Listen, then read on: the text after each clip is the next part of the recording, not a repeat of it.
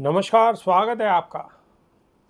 लखनऊ विधानसभा उपचुनाव से पहले समाजवादी पार्टी पर अयोध्या के दुष्कर्म मामले को लेकर हो रहे हमले के बीच पार्टी अध्यक्ष अखिलेश यादव ने कहा है कि भाजपा चुनाव से पहले षड्यंत्र करना चाहती है। उनका लक्ष्य पहले दिन से ही रहा है कि समाजवादी पार्टी को और समाजवादियों को कैसे बदनाम किया जाए, खासकर मुसलमानों को लेकर उनकी सोच अलोकतांत्रिक और असंवैधानिक है। अखिलेश ने केंद्रीय मंत्री अनुप्रिया पटेल का नाम लिए बिना कहा कि एक मंत्री चिल्ला रही हैं कि आरक्षण खत्म हो रहा है, सरकार में रहेंगे और आरक्षण की बात भी करेंगे। जिन्हें आरक्षण की चिंता है वह पिछड़े, दलित, अल्पसंख्यक, आदिवासी भाई बहन चाहे दिल्ली में हो या लखनऊ में तुरंत बीजेपी को छोड़ दें। समाजवादी विचारक जनेश्वर मिश्र की 92वीं जयंती पर जनेश्वर मिश्र पार्क में उनकी प्रतिमा को पुष्पांजलि अर्पित करने के बाद सभा अध्यक्ष ने अयोध्या के दुराचार प्रकरण पर डीएनए टेस्ट की अपनी मांग फिर से दोहराई। हाथ में एक कागज को दिखाते हुए वो बोले कि यह वर्ष 2023 का भाजपा सरकार का ही आदेश है कि जिस मामले में 7 साल से अधिक की सजा का प्रावधान है उसमें डीएनए टेस्ट कराया जाए। ऐसे में मैं क्या गलत मांग कर रहा हूँ? वहाँ भी पुलिस सच्चाई जानती है, वहाँ की पुलिस भाजपा के इशारे पर काम कर रही है। पुलिस पर इतना ज़्यादा भार है कि वे टेंशन में आकर किसी को सिर न मार दे, जैसा कि क्योटो में हुआ, जहाँ अधिकारी पर इतना दबाव था कि उसने व्यापारी को सिर मार दिया। ये सिर मारने वाली बात कुछ दिन पहले एक अधिकारी ने अपने सिर से हमला कर दिया था। उस बात के संदर्भ में अखिलेश यादव ये बात कह रहे थे।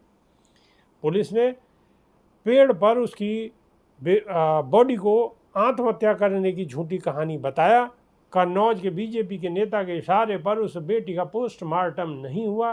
अखिलेश ने बिना नाम लिए फिर से उप मुख्यमंत्री केशव प्रसाद मौर्य पर हमला बोला। कहा कि एक स्टूल किट नेता हैं, वे बहुत किटकिट कर रहे हैं, मुझे लगता है कि उनका ऑफर ख़त्म करना पड़ेगा। स्टूल किट मंत्री उधार पर बैठे हैं, उनको आदेश मिलता है तो कभी इधर कभी उधर हो जाते हैं। कम से कम उन्हें जाति जनगणना की बात करनी चाहिए। उन्होंने कहा कि हाथरस में प्रशासन ने सुरक्षा के इंतजाम नहीं किए, बड़ी संख्या में लोगों की जान चली गई, सरकार ने कोई मदद नहीं की। वहीं दूसरी घटना गोमती नगर की है। पुलिस ने लंबी सूची दी, लेकिन मुख्यमंत्री ने केवल यादव और मुस्लिम का नाम क्यों लिया? जिस यादव का नाम लिया है, सुनने में आ रहा है कि वह कैमरे में नहीं था। ऐसे लोग जो कानून का उल्लंघन कर रहे हैं और भाजपा के कार्यकर्ता बनकर काम कर रहे हैं। अखिलेश ने कहा कि जब कभी भी सपा सरकार आएगी तो ऐसे अधिकारियों के खिलाफ भी कार्रवाई होगी। वक्फ एक्ट में संशोधन को लेकर कहा कि बीजेपी मुसलमानों के धार्मिक अधिकार भी छीनना चाहती है।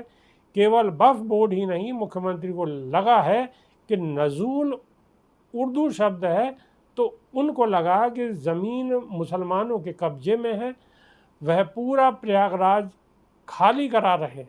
गोरखपुर में उनका अपना स्वार्थ है। एंग्लो इंडियन की लोकसभा और विधानसभा में एक एक सीट होती थी, उनका प्रतिनिधित्व था। उन्होंने फर्जी जनगणना कराकर उनकी एक सीट भी छीन ली। हरिशंकर तिवारी की प्रतिमा उनके अनुयायी, परिवार और आसपास के लोग लगाना चाहते थे। भाजपा के लोग बुलडोजर का डर दिखाकर और पुलिस को कार्यकर्ता बनाकर डराना चाहते हैं, वे कामयाब नहीं होंगे।